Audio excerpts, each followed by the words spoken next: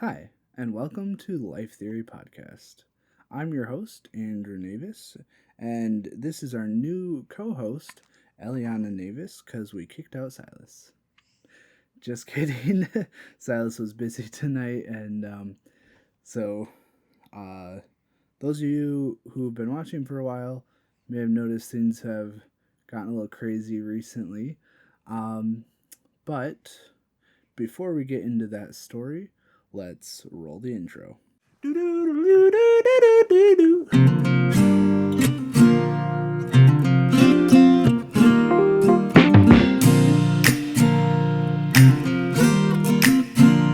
So, about a month ago, well, just over a month ago, I stopped being in our videos. And then things were uploaded late, videos missed. Yeah, things are crazy. And I just wanted to talk a little bit, and it's been an amazing journey, and I wanted to just update you, but really show a lot of things, just the amazing stuff that God did through this. Um, so as you can see, I have a new baby now. Um, February 23rd, I was at work. I came home, and then had to run to Appleton. Silas's car had died. So I had to pick him up, brought him home. When I got home, Ruth had gone to bed. She hadn't been feeling well. Um, we had just come from a busy weekend from my sister's wedding, so she thought it was just that and being pregnant, blah blah. Series of events later, and then Ruth had a seizure. Um, that was not cool. She's never had a seizure before. I don't know if I've actually ever been around somebody who has had a seizure before that. Anyway, it was a short seizure, but I called 911. Ambulance came, picked her up, brought her to the hospital. Got to the hospital. They said, look, she has a disease associated with high blood pressure, and another disease associated with that disease. Essentially, if we don't take the baby out to be a C-section, like right now, then it could be very, very bad. So 6 weeks early came little Elianna. She was a little bit underdeveloped still, so they put her in the NICU, which is the Neonatal Intensive Care Unit, for those who may not know. Um, so they just had to put her on oxygen to and wait until her lungs fully developed. The normal stuff to be expected from a 6 week premature baby. Uh, and then Ruth went to the ICU just to heal, and then, um, yeah. So Ruth was healing up fine, but they noticed something in Eliana's um, newborn scan. There was something in her bowels that they weren't sure about. So they did an X-ray. Yeah, X-ray, and they still weren't sure what's going on.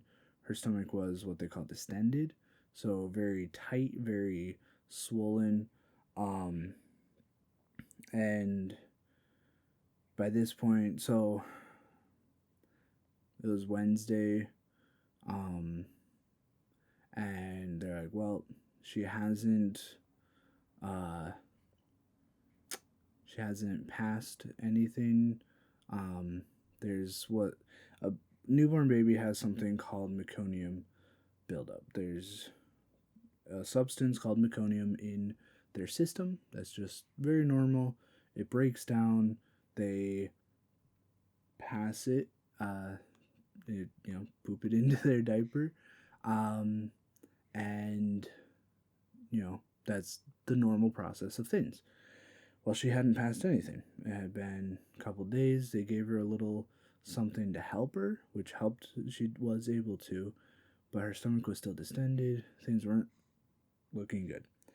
they had a test that they wanted to do to be able to actually get in there and check her bowels. But up here in Oshkosh, the NICU is not advanced enough to be able to do that test. They didn't have the proper equipment. So they contacted a specialist in Madison at the American Family Children's Hospital, and the specialist said, yes, you should do that test. They said, we can't. So the hospital in Madison flew up and flew her down so they could get that test done. So this was Thursday. Ruth was doing well. She was on some medications to help with her blood pressure. But other than that,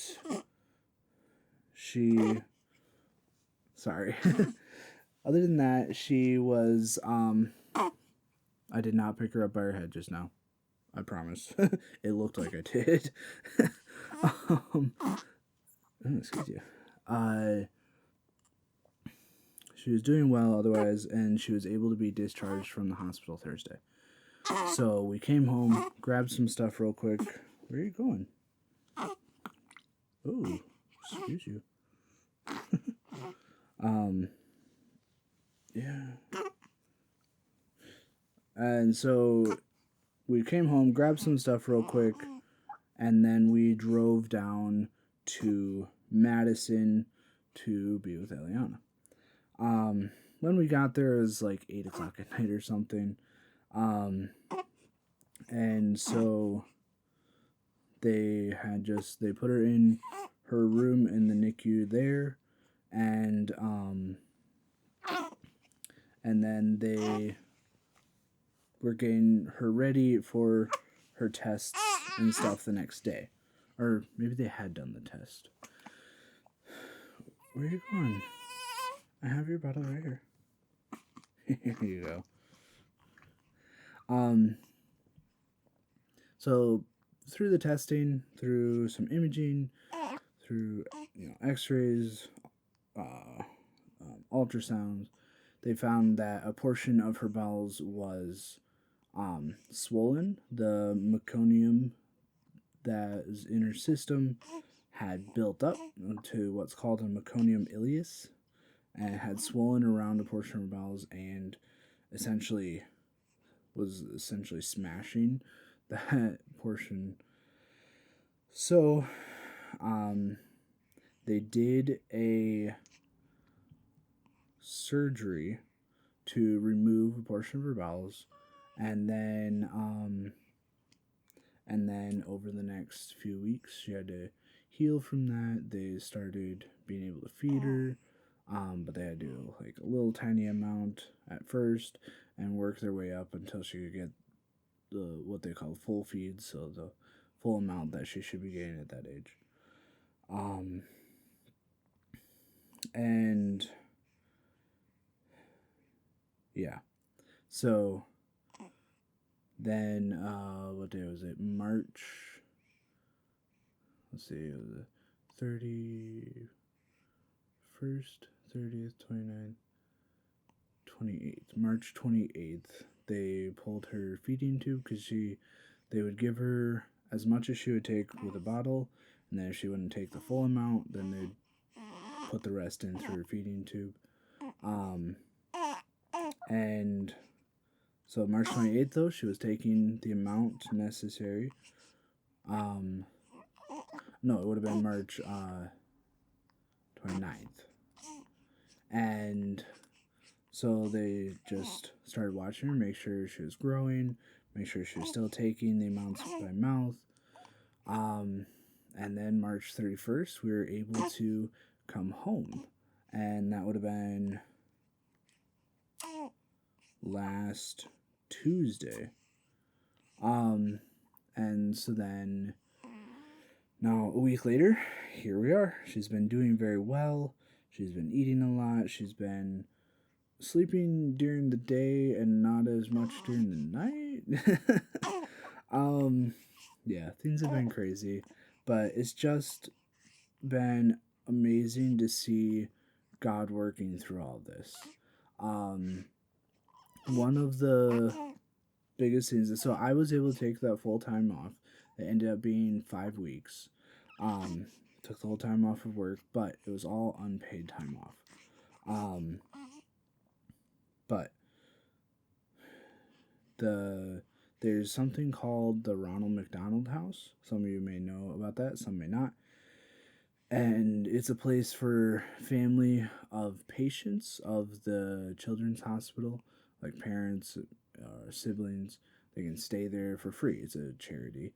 Um, and uh, so we were able to, well, when we first got there, that was full.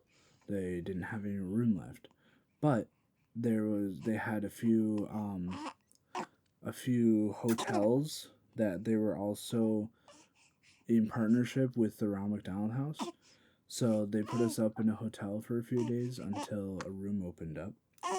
Um, and what's the matter, baby? um, and then we were able to get into that place. And then at the Ronald McDonald House, they provide all your meals. So breakfast, lunch, or supper. They always have food there. Um, you have a room for as long as you're there. It's like 2 minutes away from the hospital, so a very easy drive and or walk. Um, and so it was just, that was a huge blessing because, again, I wasn't getting paid for any of this. But another thing was, my bills. Even though I'm not working, I still had bills.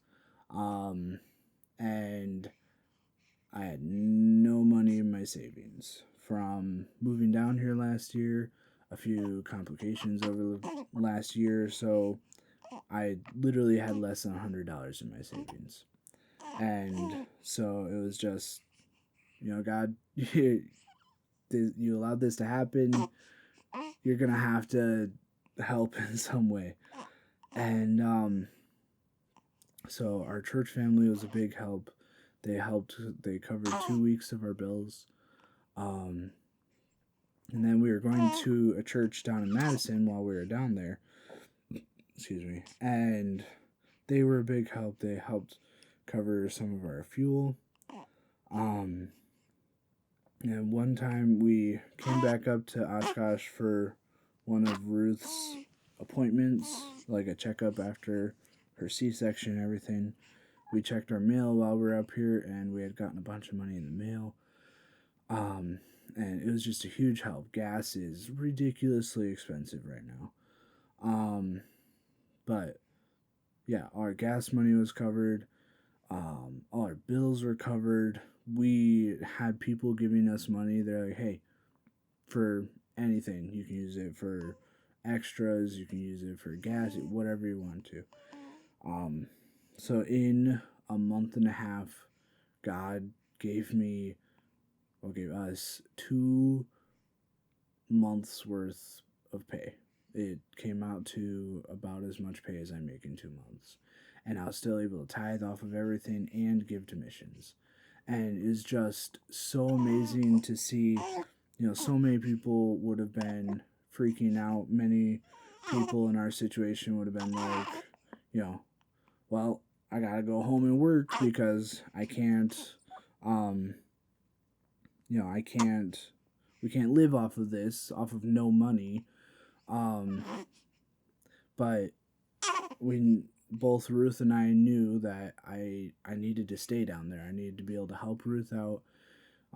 She had just gone through, well, I forgot this, she had actually had another seizure as they brought her into the operating room for the C-section. So she had had 2 seizures. She had a C-section. Her body was spent. And the doctor's like, you can't walk for the next, well, not quite, she could walk, but they're like, don't walk far. No more than 30 minutes a day for the next 2 weeks. Don't lift anything over 10 pounds, all this stuff. So I knew for sure that at least I had to be there to help, and during the first couple weeks, and then over time, it just didn't feel like God was saying that I should go back and work. And each time it's just, all right, God, what do you got for us now? And it's just so amazing to see God work through all of it. He gave us all the money that we needed, but He also gave us um, really great fellowship with that church down there. We made a lot of new friends. Um, he gave us peace during this whole situation. There's different psychiatrists and stuff, and they're like, "Are you okay?" Like, yeah, it's a stressful situation, but we know that God has everything under control. Um, and He, it's just proving over and over again that when you trust in God, when you have faith in Him, He covers all you need. He gives, He gave us even more, like, that not only that we needed, but even some things we wanted here and there.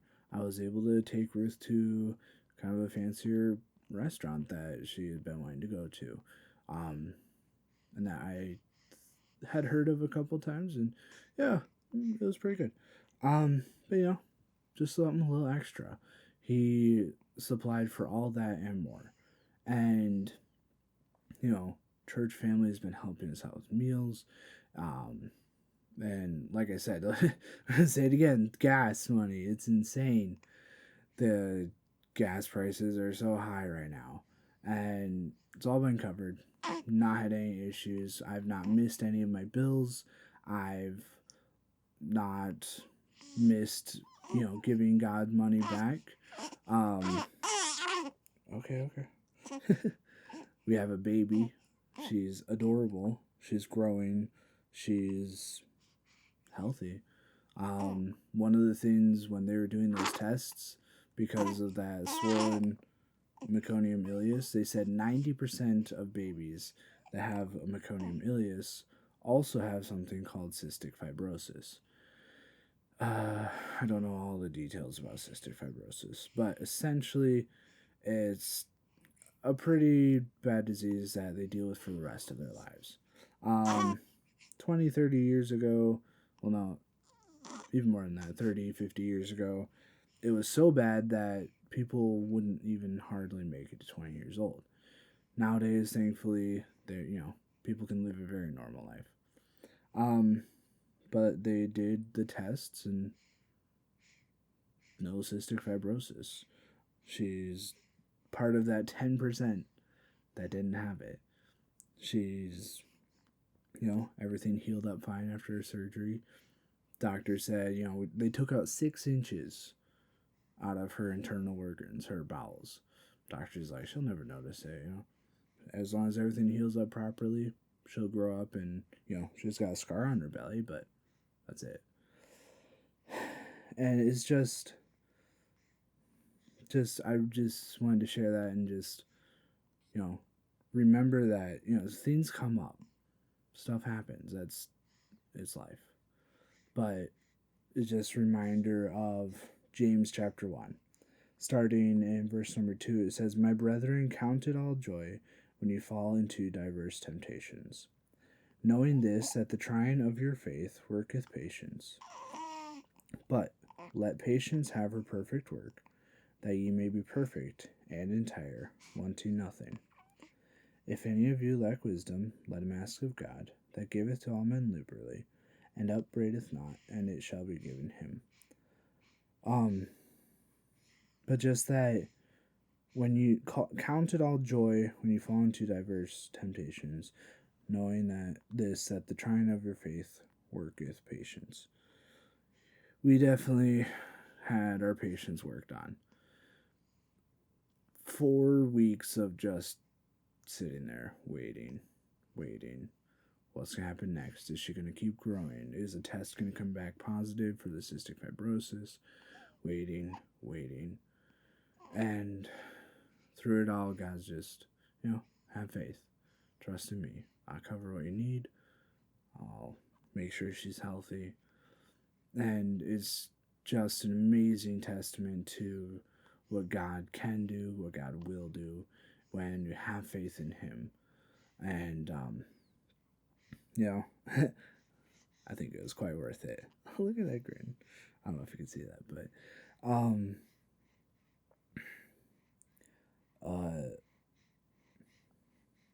what was I? Oh, yeah.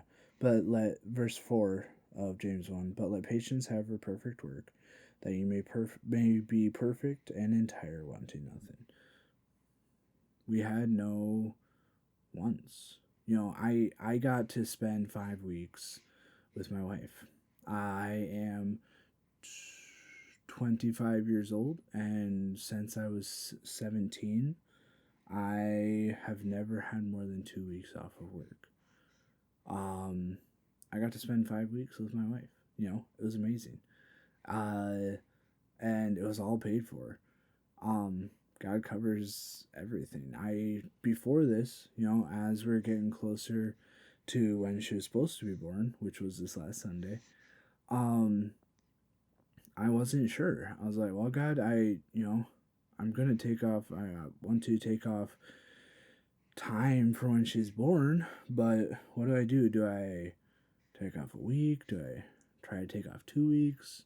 You know, my job, it's a good company to work for, but at the same time, they're kind of like, well, you don't need to take off that much time for it.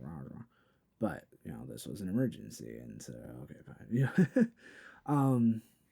But just the amazing things of what God has done. Something as small as let me take off time to be with my wife. We got to see Elianna every day, go to the hospital whenever we wanted.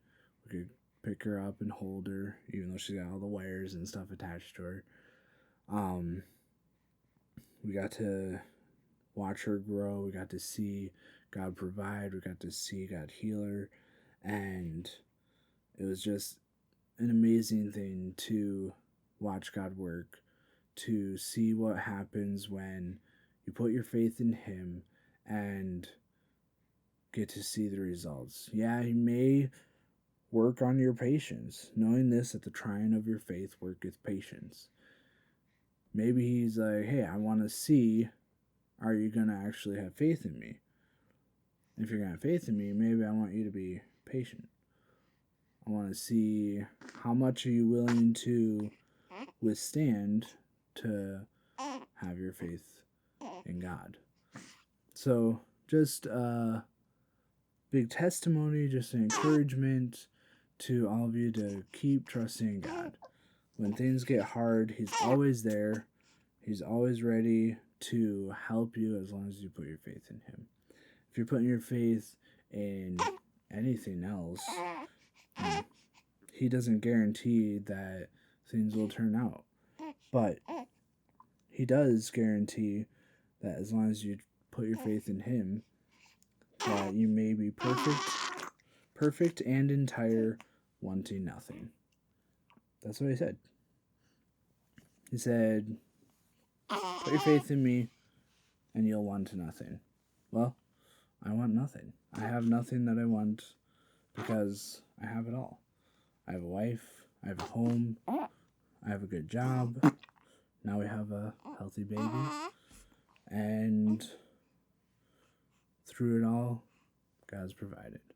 So, thank you for listening to my rambling. And just remember that when things come up in life and you're not sure how you're going to make it through, just have faith in God. He will provide everything that you need.